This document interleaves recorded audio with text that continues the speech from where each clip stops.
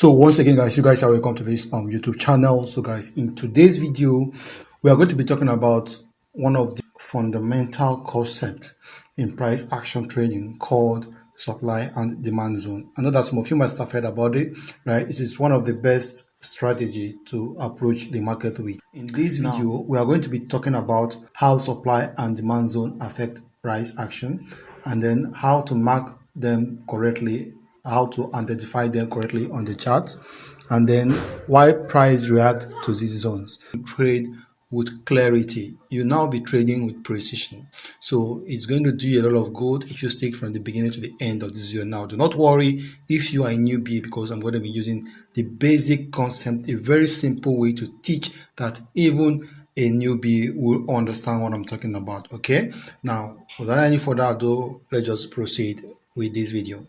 Don't forget to subscribe to this YouTube channel and leave this video. Trading, every single price action you see is affected by just two forces, which are the supply and the demand, right? Now, when you have more demand from the market has to do what? Goes up. The market pushes up. Then when you have more suppliers in the market does what? Goes down. Now, some of you might not understand what I'm trying to say, but I'm going to use what is going on around us right now to explain to you guys. For example, we have the US oil, right? We have the oil versus the dollar. Okay, oil has gone up globally. Oil price right now, I think it's above $100.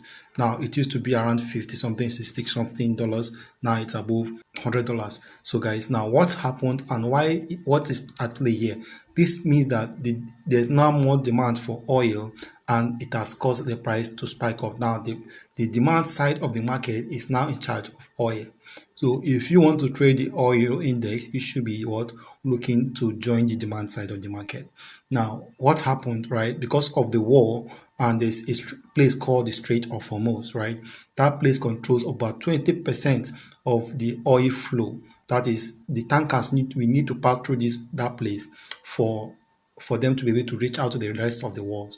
Now, because of a significant amount of oil has been stopped by the war between the US and Iranians, that oil has made the market to spike. Now, if for whatever reason those oil was able to pass and came into the market and dump in the market at once, it's going to mean that there's now more supply. There's now more supplies of oil than there will be demand. What will happen then? The price will start going down.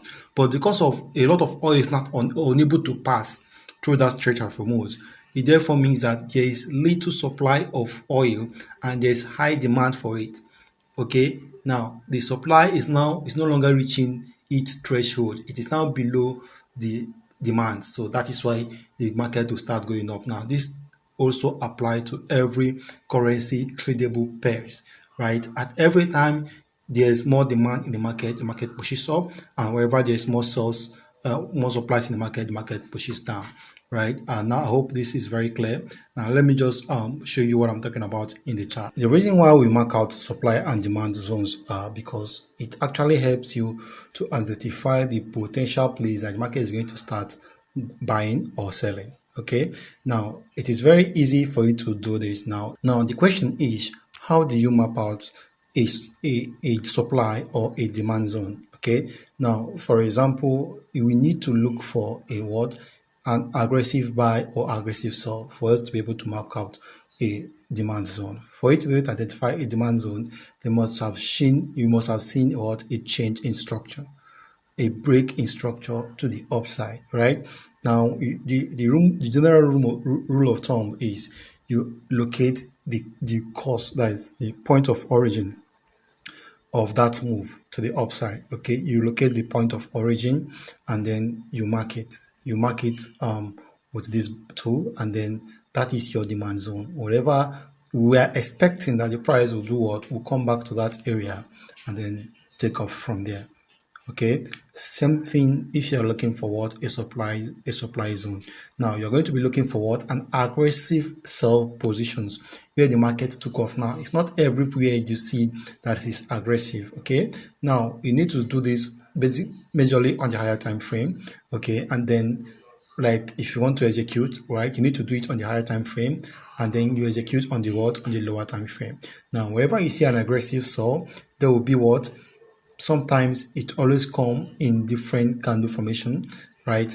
And then once you see a change of structure to the downside, okay, what you want to do is you want to identify the origin of that change of structure, and then you also draw your supply zone right there. Now you need to understand that in all market you don't go ahead looking for what, supply and demand zone at the same time.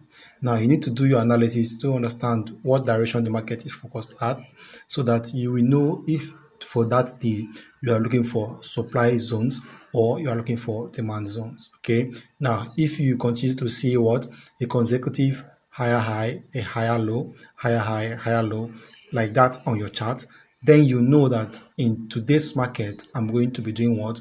Looking for what? Demand zones, because you are seeing what? A higher high and higher low. Now, if for whatever reason reverse is the case, you are now seeing a lower high, lower low, lower high, lower low, then you know that you are going to be looking for what? A supply zone for your execution.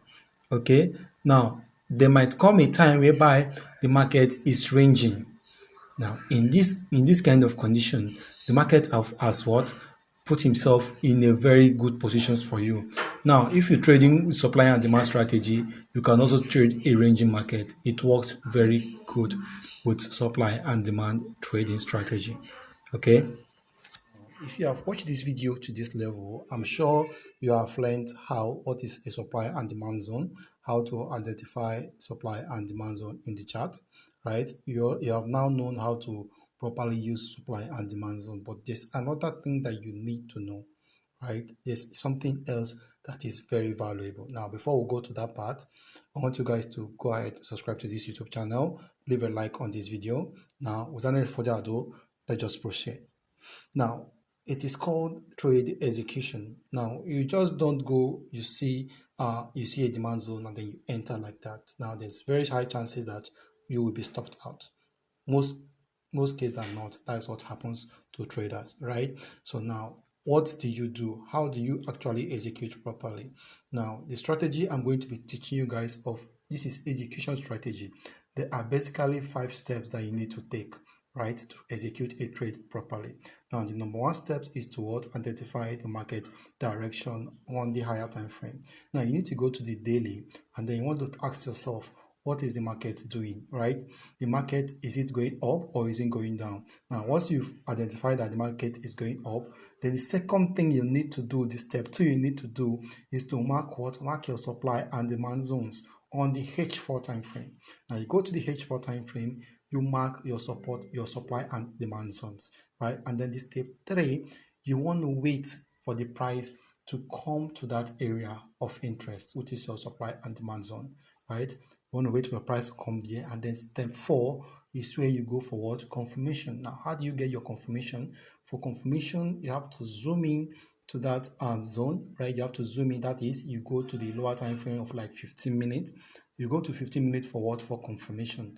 Now for example, if you are in demand zone, what are you looking for? You are looking for what, a bullish engulfing candle. You are looking for what, a doji, that is hammer, or better still, you are looking for what, change of character, right, or change of market structure, or any of these candle stick formation, any of these candlestick formation you are seeing on your screen right now can be a confirmation on a demand zones for you to what, enter for a buy.